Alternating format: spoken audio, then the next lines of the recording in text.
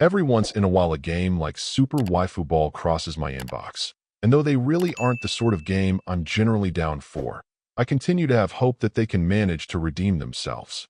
In a couple of cases I've at least encountered games with a pretty pervy edge to them that legitimately have played well, but more often than not they seem to be using the promise of something a little inappropriate to try to compensate for middling to poor play.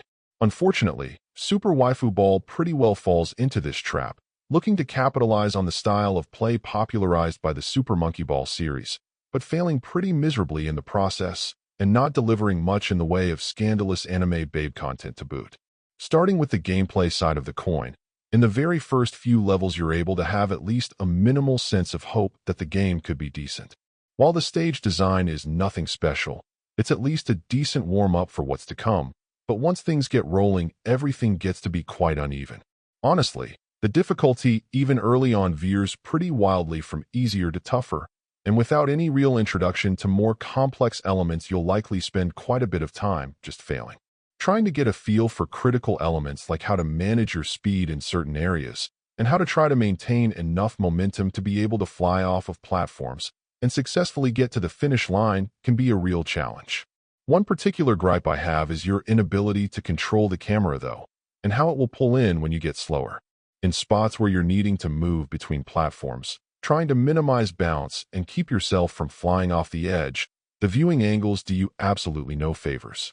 While manual camera controls would have allowed you to compensate, trying to simply deal with the implementation of it as is can be quite aggravating, and this feels like an unnecessary problem. On the topic of the whole waifu of it all, those scantily clad anime gals really aren't my thing. I'll speak for the prospective people who'd likely look to pick this up and say that it's all quite underwhelming. You'll be able to unlock some figures in a gacha game setup, as well as unlock new gals to play as, but it's all quite tame, and that seems to really clash with how a game like this could ensure a little more success. A lack of alternative outfits or anything a little more revealing really leaves you with the gameplay trying to be the savior of the experience, and that simply isn't happening. Even with all of the struggles the Monkey Ball series has had over the years, they've never been so uneven and shown such a lack of planning and progression and building a great experience overall.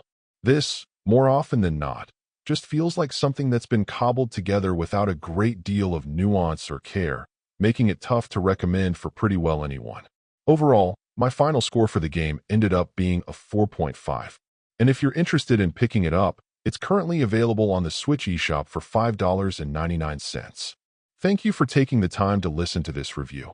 And if you'd like more information or ideas of indie games worth checking out on Switch, be sure to click on the link provided in the description. Until next time,